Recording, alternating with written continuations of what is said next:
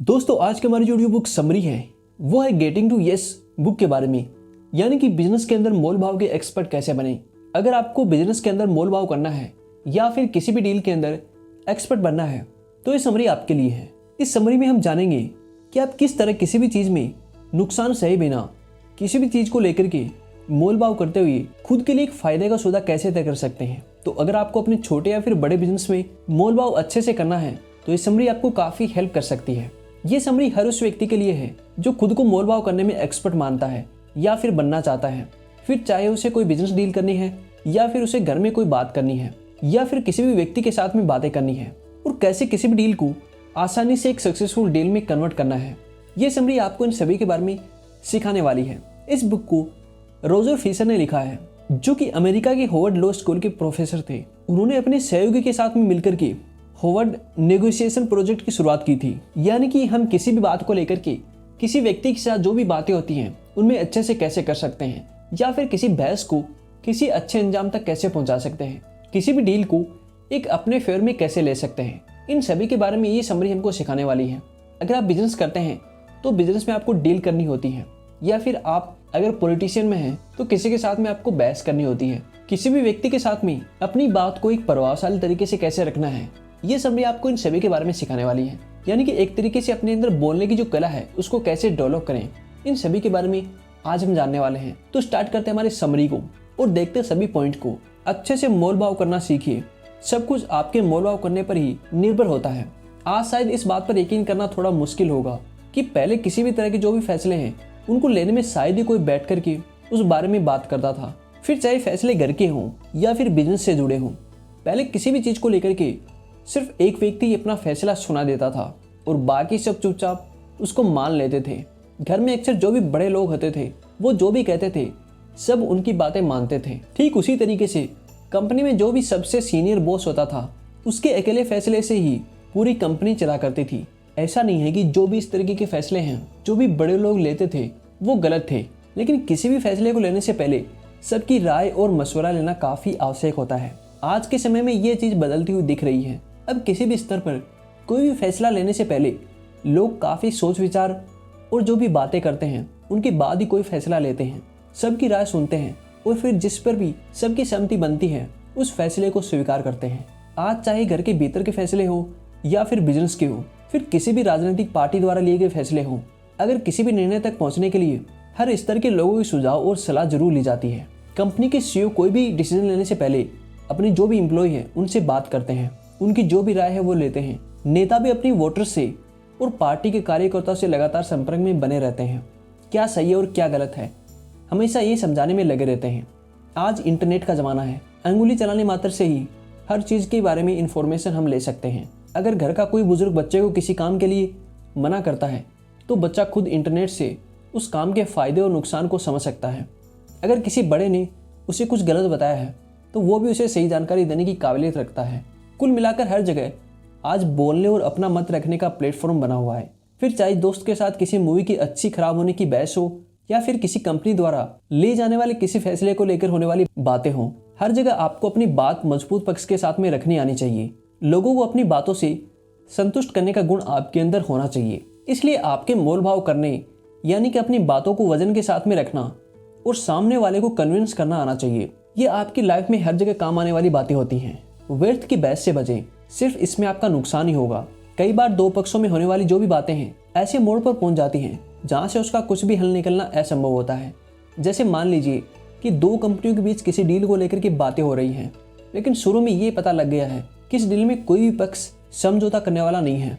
तो ऐसी स्थिति में बेहतर यही होगा कि आप बेकार की बहस ना करें। पहले स्टेप में डील को कैंसिल करने की बात कर दें, क्योंकि ये बात आपको अच्छे से पता है कि यहाँ बहस करने से कोई फायदा नहीं है, क्योंकि दोनों पक्षों में से कोई भी झुकने को तैयार नहीं होगा, कोई भी अपनी हार नहीं मानेगा। ऐसे में अगर यहाँ ज़्यादा बातें की गई तो हो सकता है कि बहस उग्र रूप ले ले और फिर दोनों पक्षों का जो रिश्ता है वो भी खराब हो सकता है, जो किसी भी हालात में आपके लिए फायदेमंद नहीं होगा। और इस तरह की जो भी बहस होती है उसमें अपनी एनर्जी और टाइम दोनों खराब बर्बाद ना करें। इसलिए बेहतर है कि ऐसी चीज़ों से बचने के लिए शुरू में ही अपनी बात को साफ तौर पर रखें और बात को खत्म करें, क्योंकि व्यर्थ की बहस से आपको सिर्फ और सिर्फ नुकसान ही होगा, इससे फायदा नहीं होने वाला है। यानी कि अगर आपको ऐसा लगता है कि इस डील में हमको कोई भी फायदा नहीं होता है तो उस डील को तुरंत आपको क्लोज कर देना है। कोई भी बात हो उसको वहीं पर बंद कर देना है। ये बात हमेशा ध्यान रखें कि आप इंसानों के साथ मोल भाव कर रहे हैं। किसी भी विषय पर जब भी बात हो रही होती है तो वहाँ हमेशा दो पक्ष मौजूद होते हैं और दोनों ही पक्ष अपनी बात को सही साबित करने में लगे होते हैं। ये दोनों ही लोग बात करते समय अपना जो भी एक्सपीरियंस है, वैल्यू और इमोशन भी साथ में लेकर के बैठते हैं और जरूरत पड़ने पर इन सब चीज़ों का अपने हिसाब से इस्तेमाल भी करते हैं।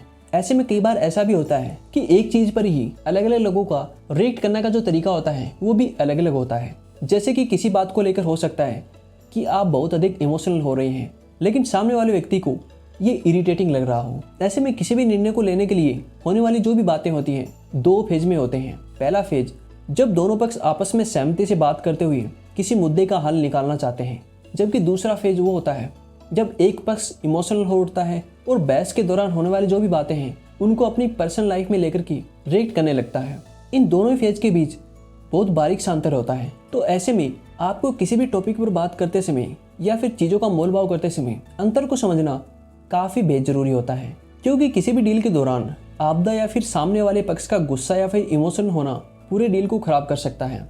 इसलिए कभी भी ऐसी कोई डील या फिर मोल भाव करते समय इस बात का ध्यान जरूर रखें कि आप इंसानों के साथ डील कर रहे हैं और उनके पास इमोशन भी होते हैं। समस्या से लड़िए, ना कि उस इंसान से जिसके साथ आप डील करने जा रहे हैं या फिर मोल भाव करने जा रहे हैं। कभी किसी भी मोल भाव या फिर डील का लक्ष्य किसी हार या फिर जीत की तरफ नहीं होना चाहिए, क्योंकि डील का मतलब हार जीत नहीं बल्कि आपसी समझौता है। ये किसी भी समस्या का हल निकालने की एक प्रक्रिया है।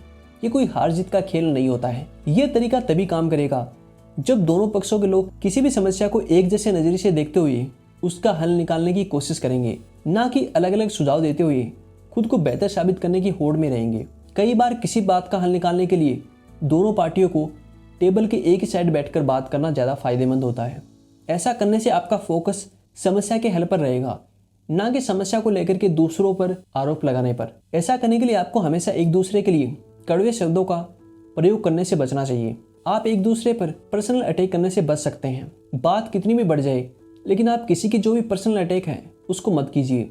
किसी के व्यवहार और उसके नेचर को लेकर के उसके ऊपर कमेंट मत करें, तभी आप बिना किसी वाद विवाद के किसी भी समस्या का हल निकाल पाएंगे। उदाहरण के लिए मान लीजिए आपकी शादी टूट चुकी है, लेकिन आपके छोटे बच्चे हैं जिनकी जिम्मेदारी को लेकर के आप दोनों को एक डिसीजन लेना है। ऐसे में आप जब इस बारे में बात करें तो सिर्फ इसी समस्या पर चर्चा करें। बाकी आपका रिश्ता क्यों टूटा है, इसमें किसकी गलती थी, इन सभी विषयों पर बात करना बेकार होता है। तो आपको हमेशा समस्या से लड़ना है, ना कि उस इंसान से जिसके साथ आप मोल भाव कर रहे हैं, यानी कि डील कर रहे हैं, यानी कि बातें कर रहे हैं। किसी भी समस्या का हल निकालने से पहले दोनों पक्षों की इच्छा जरूर जान लीजिए। अक्सर कई बार समस्याओं का हल इसलिए भी जल्दी नहीं निकल पाता है क्योंकि दोनों पक्षों की सहमति नहीं बन पाती है। ऐसे में आपको किसी भी समस्या का हल निकालने के लिए दोनों पक्षों की खुशी और इच्छा को जरूर ध्यान में रखना चाहिए।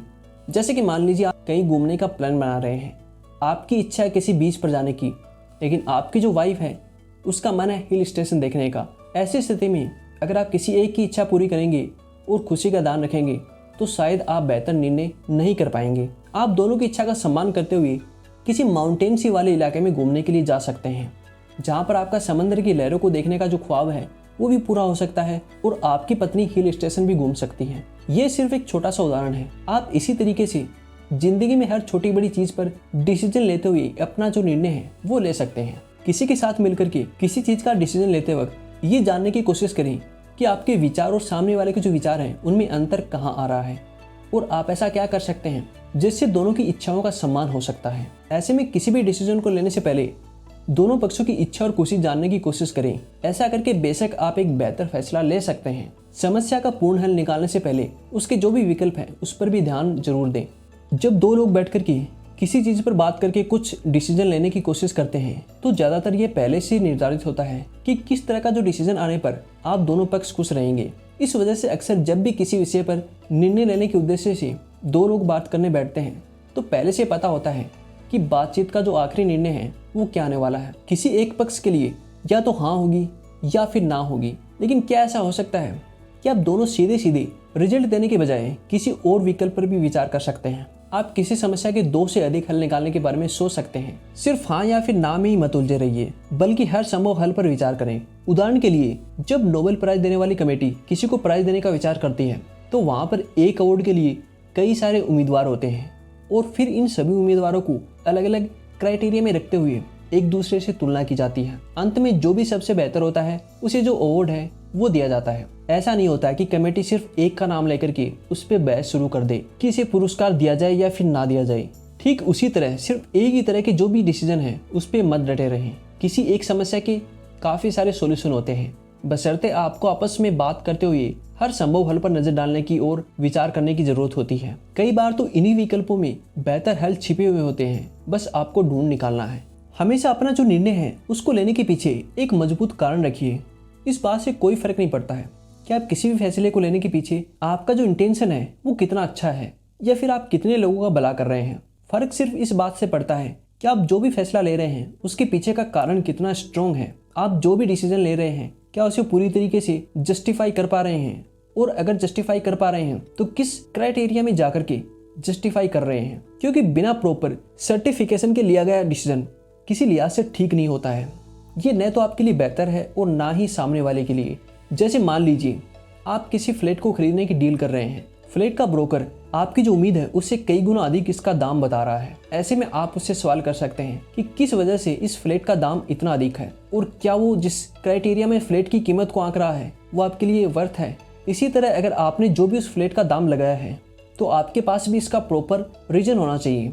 आपके पास भी उस सवाल का जवाब होना चाहिए कि इस फ्लैट का दाम आपके हिसाब से इतना क्यों होना चाहिए और आप किस क्राइटेरिया में रख करके फ्लैट के दाम आंक रहे हैं, और ये बिल्कुल क्लियर होना चाहिए। ऐसा करके आप ना सिर्फ खुद के लिए बेहतर डील कर सकते हैं बल्कि सामने वाले को भी अपना जो डिसीजन है उससे आसानी से सहमत करा सकते हैं। अच्छा मोल भाव करने के लिए सबसे पहले खुद को तैयार रखना होगा। कभी भी बिना तैयारी के किसी डील को फाइनल करने मत जाइए। तैयारी का मतलब होता है जितना अधिक हो सके उतनी जानकारी जुटाने का प्रयास करें। जिस बारे में डील करनी है या फिर जिस भी मुद्दे पर आपको बात करनी है उस बारे में जितना अधिक फैक्ट और इन्फॉर्मेशन आपके पास होगा उतना ही अच्छा रहेगा। जिसके साथ आप बात करने वाले हैं उसके बारे में जितनी अधिक इन्फॉर्मेशन मिल सके जुटाने की कोशिश करें।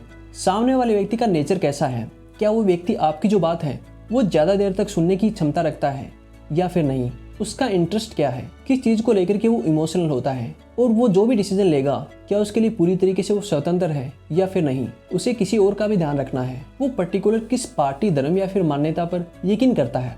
सब कुछ जितना आप उसके बारे में जानने की कोशिश करेंगे उतना ही आपके लिए इस डील को फाइनल करने में काफी आसानी रहेगी। कहने को तो ये सब छोटी और बकवास चीजें लगती हैं, लेकिन वास्तव में इतनी जानकारी होने पर आप बड़ी आसानी से किसी भी निर्णय तक पहुंच सकते हैं, या यूं कहें तो आप सामने वाले को बहुत ही आसानी से कन्विंस कर सकते हैं। इसके साथ ही आप डील करने की जो भी डिटेल है उसके ऊपर भी ध्यान दीजिए, जैसे कि कब और कहाँ आपको डील करनी है, जगह कौन सी है, ऑफिस है या फिर घर है या फिर कोई पब्लिक प्लेस है, एक दूसरे से फेस टू फेस करना है या फिर आपको फोन पर ही डील करनी है, सुबह बात होनी है या फिर शाम को। ये छोटी छोटी जो भी इन्फॉर्मेशन है आपको किसी भी डील को लेकर के उसके बेहतर अंजाम तक पहुंचाने में आपकी मदद कर सकते हैं। ऐसे में किसी भी मुद्दे पर बात करने जा रहे हो, फिर चाहे वो ऑफिस की बात हो या फिर आपके घर की बात हो, इस तरह की छोटी छोटी जो भी इन्फॉर्मेशन है जुटा करके आप खुद को उसी हिसाब से तैयार करके अपनी डील को बेहतर परिणाम में बदल सकते हो।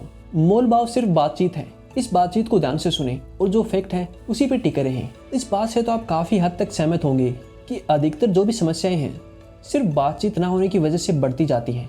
अधिकतर गलतफहमियां सिर्फ कम्युनिकेशन गैप की वजह से खड़ी हो जाती हैं और एक दूसरे की बात और इंटेंशन क्लियर न होने की आपस में लड़ाई झगड़े का कारण बनता है। ऐसे में इस तरह की समस्या से बचने का सबसे आसान तरीका यह है कि आप बातों को अहमियत दीजिए।